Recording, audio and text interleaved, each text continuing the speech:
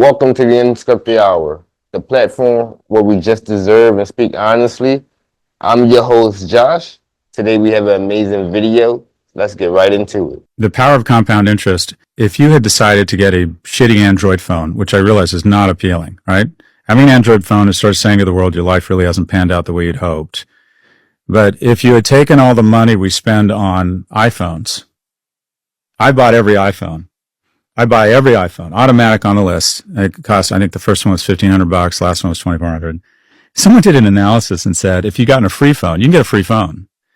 If you got a free phone and you take all the money you had invested in Apple phones and you bought Apple stock, you'd have $3 million right now. Wow. Because obviously Apple's gone insane, right? But what you don't realize as a young person is, how old are you, young man? 26. Okay, when I was his age, I could not imagine one of the flaws in our species is that because we haven't lived beyond 35 for 98% of our time on this planet, we can't calibrate time. So you're going to be around you're probably going to be around another 80 years, which means if you save $100 a month, or let's call it $300 a month, which is boring, right? Because you're expecting to be a baller and have him promote you and sell a podcast for a lot of money.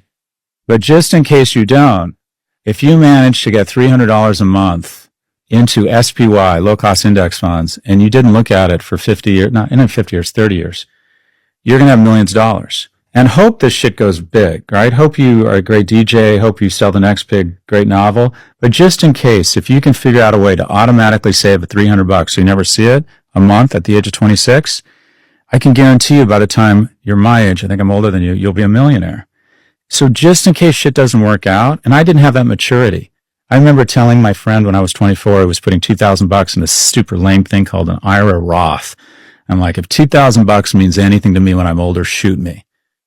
And he's made a fraction of the money I've made, but he's a multimillionaire because he was that lame guy putting away money every month. It is amazing. 11% a year, which is what the S&P has done since 2008, sounds really uninspiring. 11% a year? It's nothing. Big deal. That means every 21 years, your investment's going up 8-fold. So, as I say in the book, the good news is I know how to get you rich. The bad news is the answer is slowly. It is slow, but building wealth through compound interest is like planting a tree.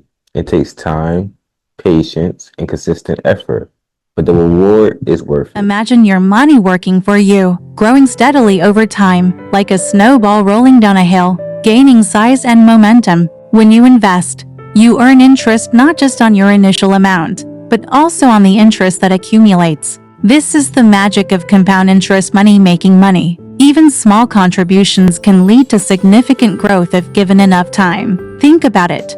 If you start investing early, even a modest amount can blossom into a substantial sum. The key is patience and consistency. The earlier you begin, the more time your money has to grow. So, whether it's through a savings account, retirement fund, or other investment vehicles, remember that every dollar counts. Embrace the power of compound interest and watch your financial dreams come to life. So, imagine making all this money and not being able to save anything. That was actually me a couple years ago, where I'm making all this money and not being able to save anything. You know, I had a good head on my shoulder where I made sure the bills was paid. This is something I learned from my mom, making sure that the bills was paid for. And then the other half, go do what you want, Josh. But in this percentage, I was never saving. And without saving, you can't do anything. You can't have your money make money. You can't build that interest, and then you can't go make investments to make more money. When I learned this, it was a game changer. It was a game changer. I went from not being able to save anything to saving a lot of money. Like, it changed the game for me and things like that. To see that my net worth is rising, it made me want to buy more stocks. I went from buying fractional shares to buying Bitcoins to buying stocks to learning to buy the dip and not be scared of it. And that was one thing I had to learn. So you would see your money go down. I'm just like, oh no, let me sell before I lose any more money. But this is when I learned to buy things on sale, get it at a cheaper price, hope that it goes up, which most of the stocks would do, and I would receive a better value for my money and things like that. Learning this is really a game changer. So you want to know that knowledge is power. You can't stay in a zone and not want to learn these things. So I really excelled on my journey when I lost my brother. That motivated me even more to want to learn. So like I expressed in the beginning, I started with fractional shares, and it was like I was a day trader. I was buying, I was selling, I would see little gains and think I made money. Oh, it went up $50, or it went up $30. I made 200 on this. I think I was making big money and not knowing that if I really held it for the long term, that is where the money really came in. At this time, I'm now learning about stock splits, what a stock split can do. Learn about reverse stocks, how they can hurt the company, how it can hurt you. Learn about dividends. Learning about if I choose to hold this company, whether it has its good and its bad days, that they're still going to pay me. How do they pay you off of the dividend? How many shares do you have? And that's how they pay you.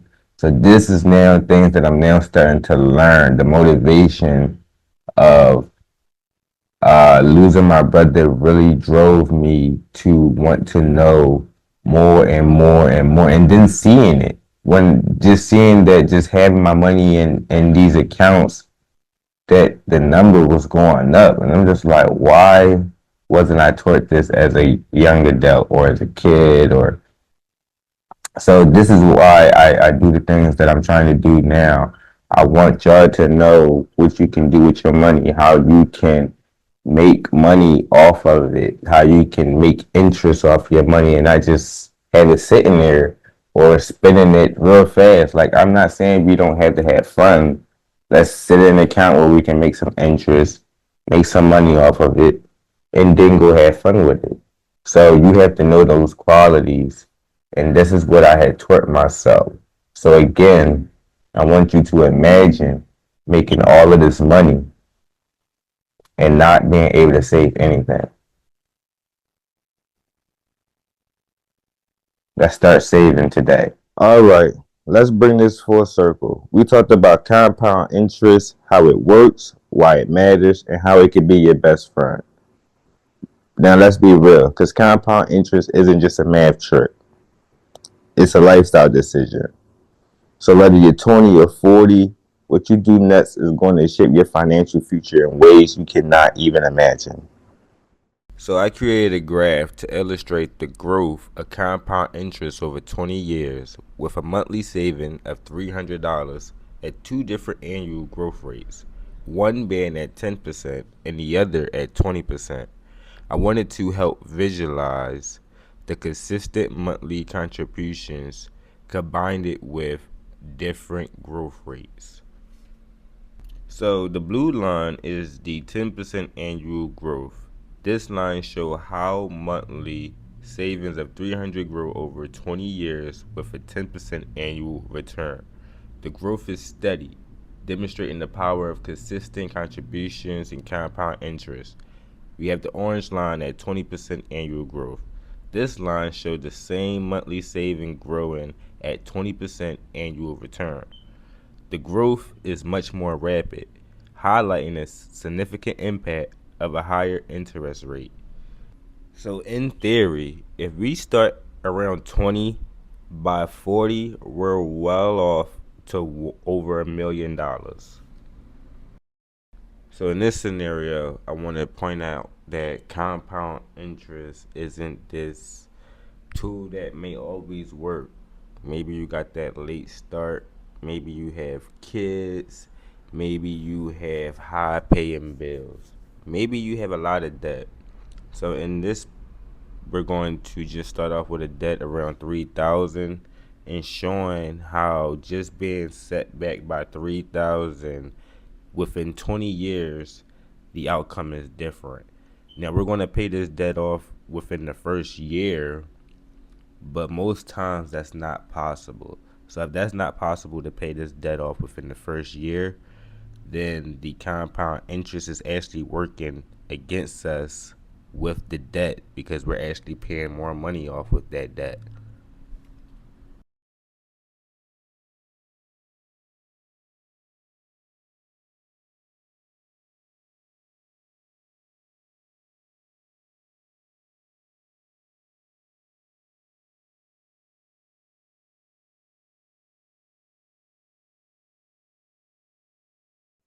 Hey everybody, I just want to thank everybody that made it this far into the video.